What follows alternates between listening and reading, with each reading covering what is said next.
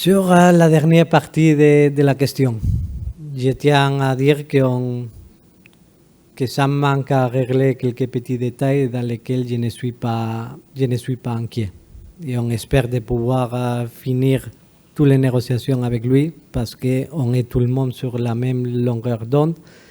Et c'est une obligation aussi pour nous comme club, si on parle de la stabilité, il y a un des meilleurs dirigeants du football européen dans ce moment, parce que je considère Mehdi Benassia, il est un conseiller, il est un consultant, mais il a tous les atouts pour être et pour continuer à devenir un des meilleurs dirigeants du football européen sur la partie sportive.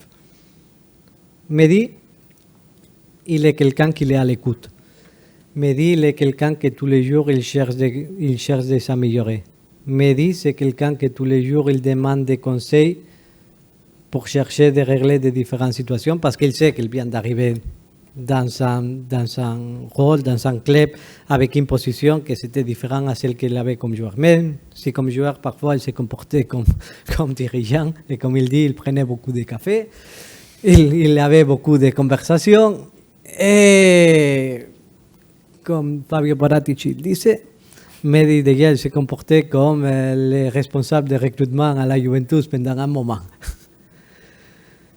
Ça, c'est Mehdi. C'est quelqu'un qui est très curieux. Quand il y a de la curiosité, il y a aussi de la capacité pour s'améliorer.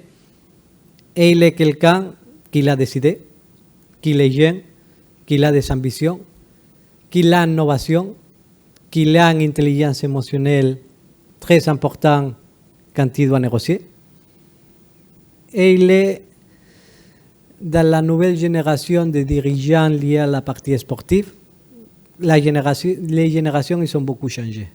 Et maintenant, il voit la tendance de beaucoup de clubs européens qu'ils mettent dans des positions en contact avec les joueurs des anciens capitaines du club. De différents clubs, je ne dis pas du même club. Ça, c'est une tendance dans le monde du football actuel.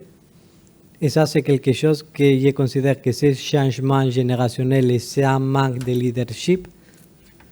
Une personne comme Mehdi, il se comporte comme un dirigeant qui en même temps, il est l'ancien capitaine et qu'il rentre beaucoup dans la tête et dans les conversations avec la nouvelle génération de joueurs. C'était une question importante. Et c'était une question qu'on voulait construire 3 ans avec un entraîneur puissant, renommé, et qu'il pouvait incarner la leadership que ça manquait la saison dernière. Je ne dis pas que les entraîneurs qui sont venus la saison dernière, ils n'avaient pas de leadership, mais il avait un gros manque à l'intérieur de ce groupe de leadership. Pour nous, c'était chercher de faire le maximum pour pouvoir, c'est que c'était une situation très compliquée ou impossible, j'utilise toujours impossible, de chercher de la faire réalité avec des valeurs dans le football que ce n'est pas l'argent.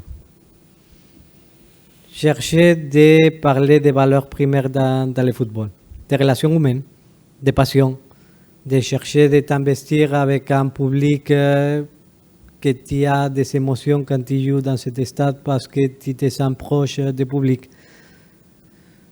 Plus que l'attraction d'un très bon coach, que c'est normal, non? Je crois que toutes les équipes européennes qu'on pouvait avoir, Roberto De Zerbi l'été dernier, on serait tout le monde très content et quel que soit le club, il pourrait être très content d'avoir un coach avec le niveau qu'il a Roberto De Zerbi. Pour moi, la chose que c'était la plus importante, c'était de, pas seulement le coach, mais la personne et les valeurs qu'il a Roberto De Zerbi dans le quotidien, qui sont très similaires à ce qu'il y a le club, c'est très similaire à ce qu'il a cette ville et nos supporters. Pour moi, ça, c'était la chose que ça m'a plus plu, de voir quelqu'un qui partage tous les ADN qu'il peut avoir ce club.